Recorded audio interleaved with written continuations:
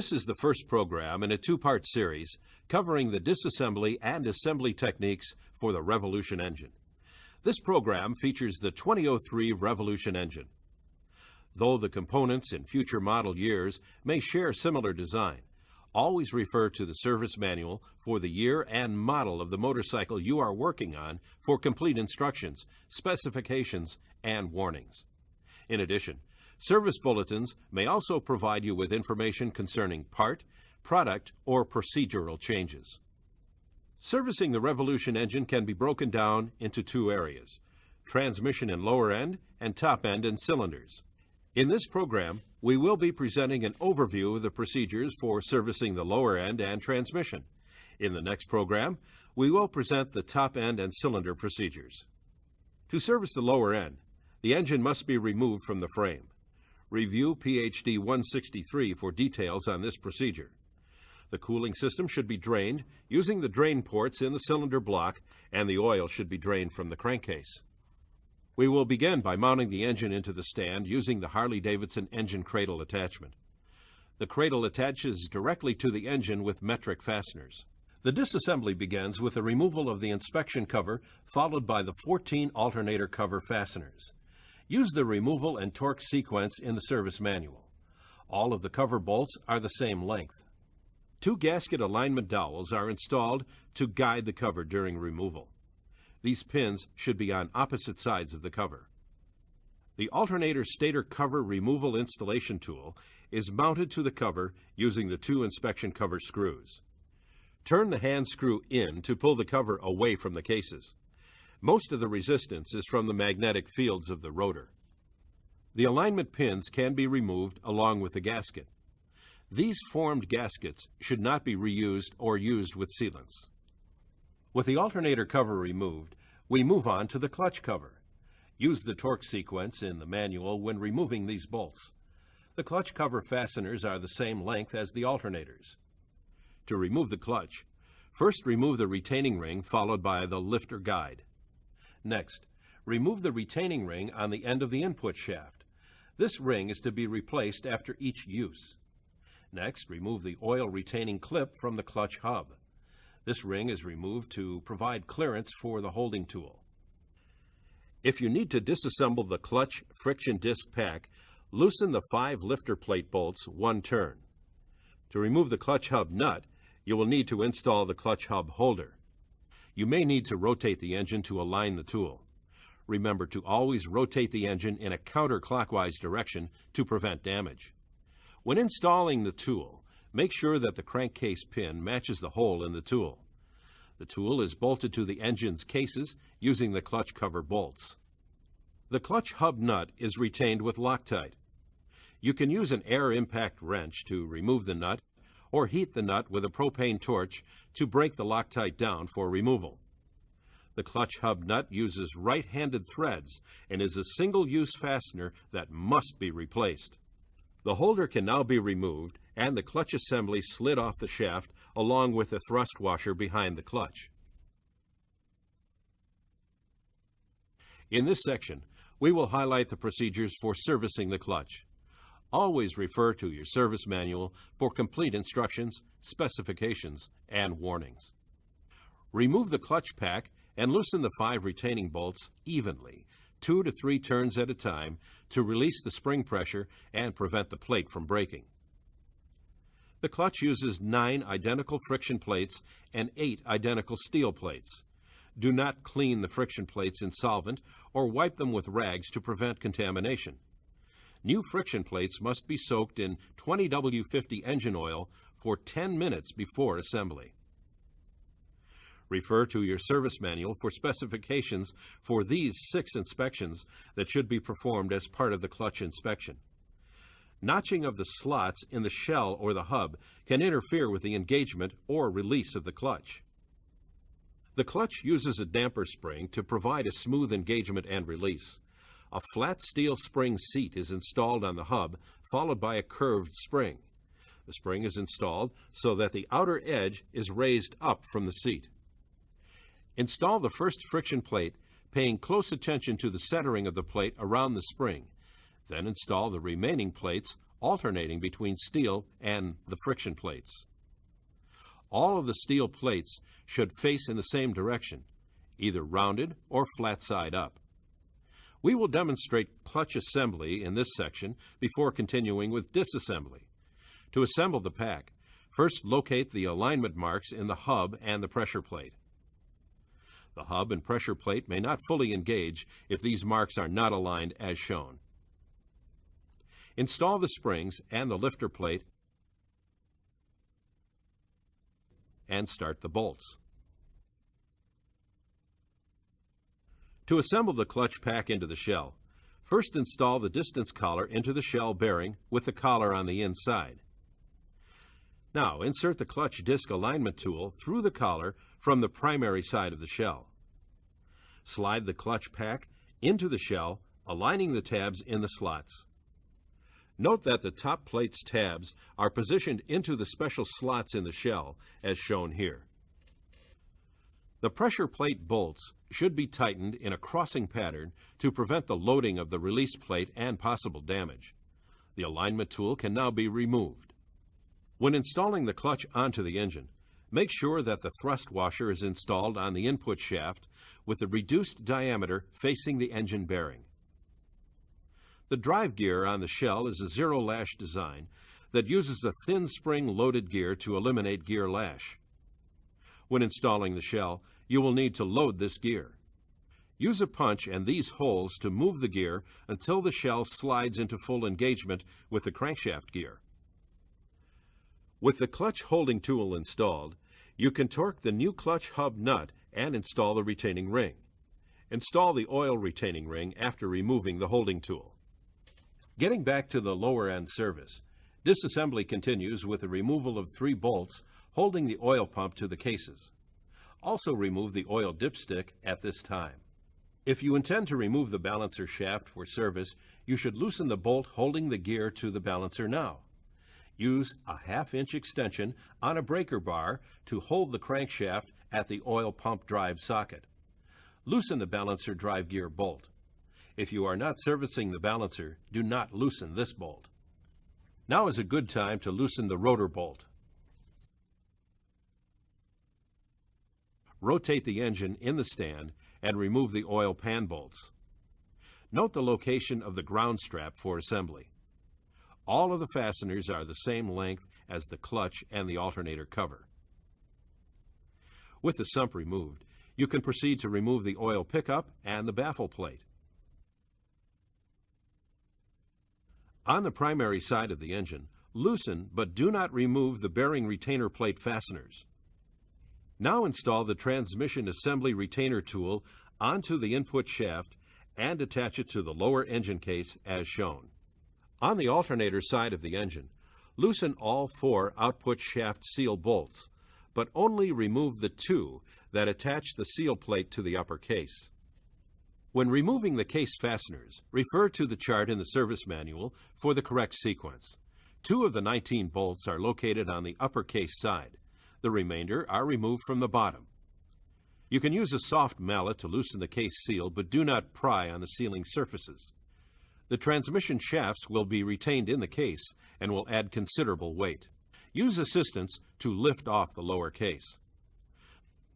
In this section of the program, we will present an overview of the transmission service procedures. Always refer to the appropriate service manual for complete instructions, specifications, and warnings. Inspect the retaining pin on the bearings and the holes in the crankcase. These pins position the bearings, and if they are damaged, the bearing will need to be replaced. Remove the 2 fasteners from the seal housing and remove the output shaft and inspect the retaining pins on the bearings. Currently, the only components of the transmission shafts that are serviceable is the output shaft seal and the bearings. All other components can only be serviced as a full shaft. Do not disassemble the shafts unless components are made available. Refer to current parts information for availability. These 2 special tools will be needed along with a 30 mm socket with a maximum OD of 39.6 millimeters. A socket may need to be machined to this specification. To disassemble, first pry the lock ring out. With the locking tool held in a vise, remove and discard the output flange nut. This nut must be replaced on assembly. With the nut removed, use a puller to remove the flange and seal. To assemble the shaft, position the seal over the flange and then hold the assembly in the locking tool while you thread on the old nut. Use the old nut to draw the flange down on the shaft until it seats. Remove the old nut and install a new O-ring seal and nut. Then torque the nut to specification.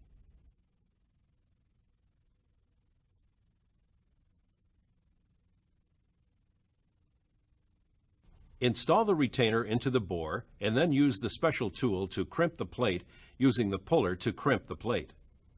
This procedure can be done with the engine in the frame. The procedure is detailed in the service manual. Under no circumstances should you use a hammer, as you will damage the bearing. Next, we will continue with the removal of the shift forks and drum. Begin by removing the neutral switch and the input shaft bearing plate. Use a drift to pull the shift fork shaft through the case. Never use a hammer to force the shaft or the cases can be damaged. The first step in removing the shift drum is to install the shift mechanism detent retractor. Position the tool, engaging the alignment pin in the case hole, and slide the shift fork shaft into place.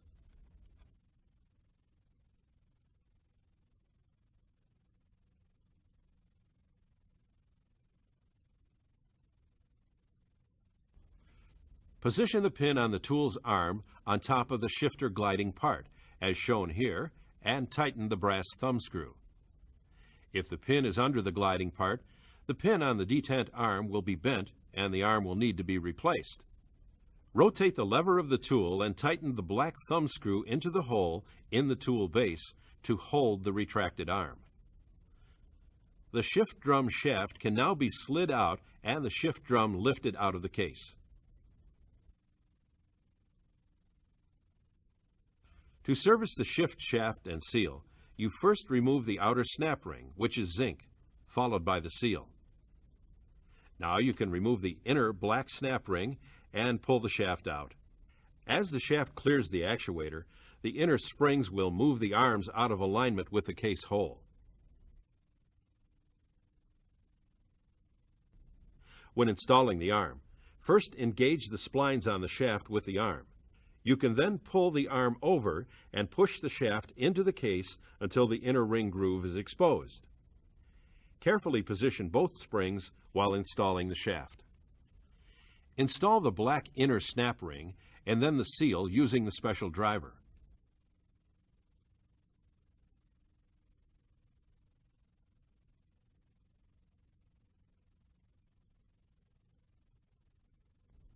With the seal in place, finish the assembly with the zinc snap ring. Next, we will present the procedures for the balancer shaft. Always refer to the service manual for current procedures and specifications. Remove the balancer drive gear bolt and discard. This is a one-time use fastener and must be replaced. If you did not loosen the bolt prior to splitting the cases, you should assemble the cases using the 4 main case bolts so that you can hold the crankshaft to break the bolt free. Gently pry the gear off the shaft to gain access to the outer retaining ring. With the ring removed, thread the end of the removal tool into the balancer.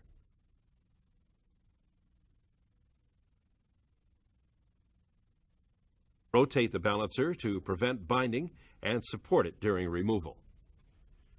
Remove the tool and the bearing and twist the balancer to remove. To remove the outer bearing, you must first remove the retaining ring on the inside of the bearing and then slide the removal insert through the bearing from the alternator side of the bearing. Install the puller from the clutch side and pull the race out of the case. The inner races must also be replaced.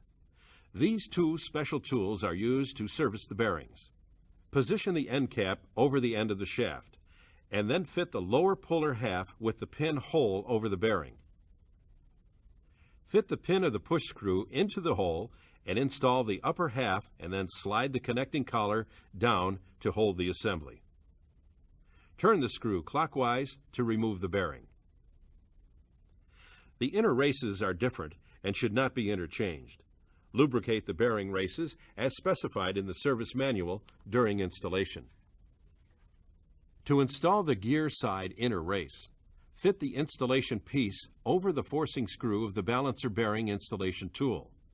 Thread the screw of the tool into the shaft and then turn the large nut to press the race onto the shaft until it seats.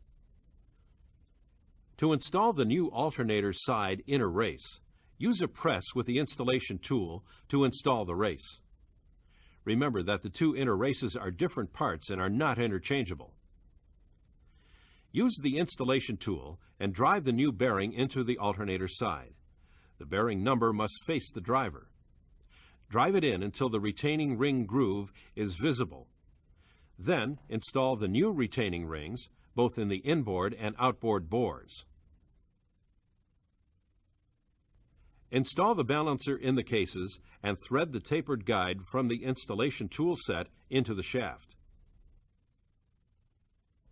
Slide the bearing into place with the numbers facing out and use the driver to seat the bearings in the case until the outer retaining ring is exposed. Install the outer retaining ring and gear. Start a new bolt to hold the gear. Final torquing of the bolt will be done after the cases have been assembled, so the crankshaft can be used to hold the gear.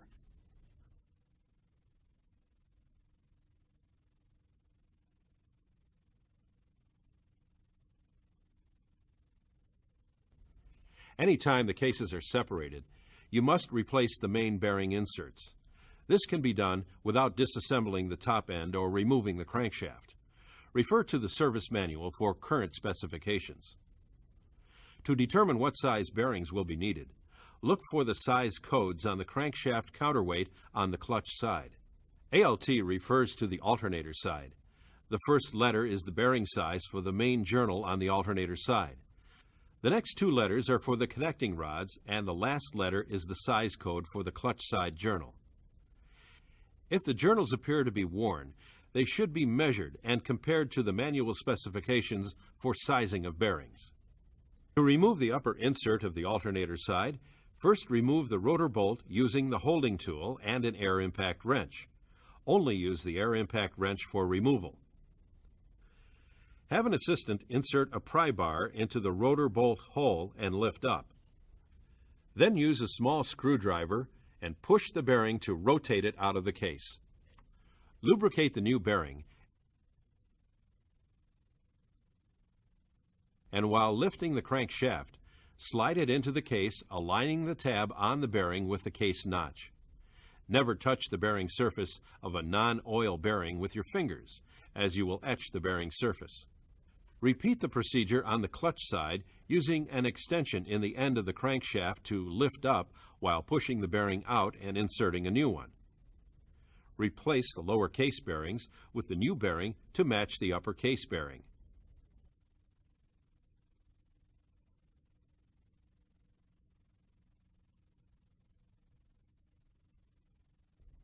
We are now ready to demonstrate the reassembly of the lower end. Always refer to your service manual for current specifications. We will begin with the shift drum. Install the shift detent retraction tool, which we demonstrated earlier. Support the shift drum with the nylon strap from the tool and lower the drum into position and insert the shaft. Do not force the shaft.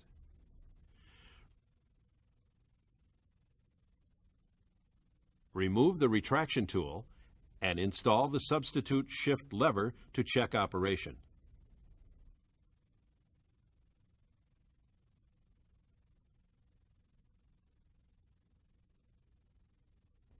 The shift fork with the offset fingers is on the clutch side.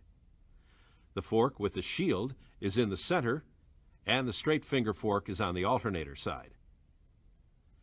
Position the forks in the case, aligning the pins with the drum. The outside forks face the output shaft. The center fork faces the input shaft. Insert the shaft.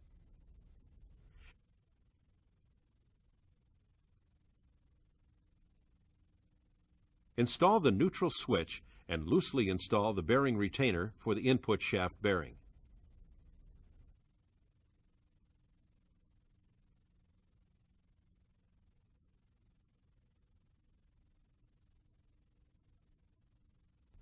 Apply a small dab of Harley-Davidson RTV case sealer around the output shaft bearing retainer hole on the clutch side to retain the bearing assembly. Position the output shaft into the case, aligning the shift fork and the pin in both bearings with the holes in the case. You will feel the pin drop in, and you will not be able to rotate the bearing race. Align the holes on the output shaft seal with the case and install the 2 bolts finger tight. Install the input shaft aligning the shift forks and the pins on both bearings with the case. Install the assembly retaining tool onto the input shaft and attach it to the case. Using the shift lever, rotate the input shaft and shift the transmission through all of the gears to test operation. When finished, check to make sure that the bearing pins are still properly aligned with their mating case holes. Position the balancer gear so that the alignment mark is pointed towards the center of the crankshaft journal and insert the counterbalancer alignment pin through the case and into the balancer weight. Thoroughly lubricate all bearings and all other areas identified in the manual. Verify that the crankshaft is at TDC by inserting the crankshaft locking pin. Use the crankshaft retainer if you need to rotate the crankshaft more than a small amount. Remember to only turn the engine in a counterclockwise direction. Install the crankcase alignment dowels in the upper case and check that the dipstick is removed and crankshaft locking pin is installed. Also confirm that the upper crankcase input shaft bearing retainer has some play in it so that it does not interfere with the bearing during installation. Apply VRSC crankcase sealant to the lower case half. Use the diagram in the manual to guide your application. Use only a small bead, 1 millimeter in diameter, of sealant to avoid contamination. With the help of an assistant, lower the case into position. When the balancer and crankshaft gear are close to engagement, remove the balancer alignment pin and hand position the gears into alignment. If you do not remove the pin, the gear's timing will be off. Remove the alignment pins and hand thread all 19 case bolts into position. Use the service manual to identify lengths and torque sequences. The torque sequence starts with tightening all 19 fasteners to 25 Newton meters or 18.4 foot-pounds in the specified sequence. Now, back off the 4 main bearing bolts 1 full turn in the correct sequence. Next, retorque these 4 bolts to 15 Newton meters or 11 foot-pounds.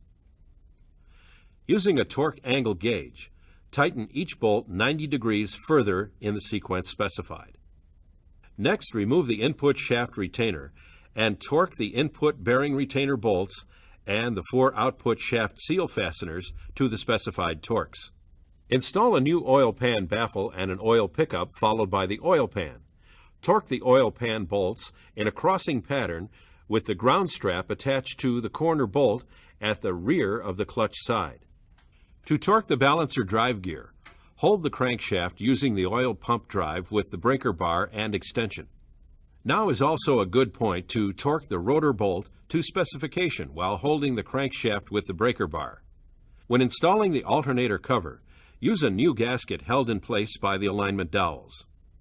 Using the cover removal tool as a guide, position the cover and back the tool out until the cover seats.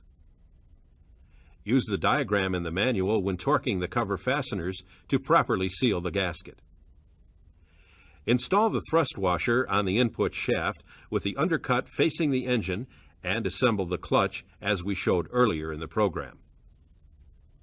With the clutch installed, you can fit the new O-rings on the oil pump and install it and torque the 3 fasteners to specification.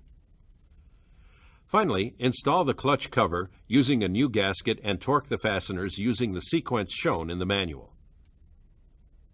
All that remains is to install the engine into the frame as demonstrated in PhD 163. This concludes this PhD training program. As with all programs, the procedures shown are subject to revision.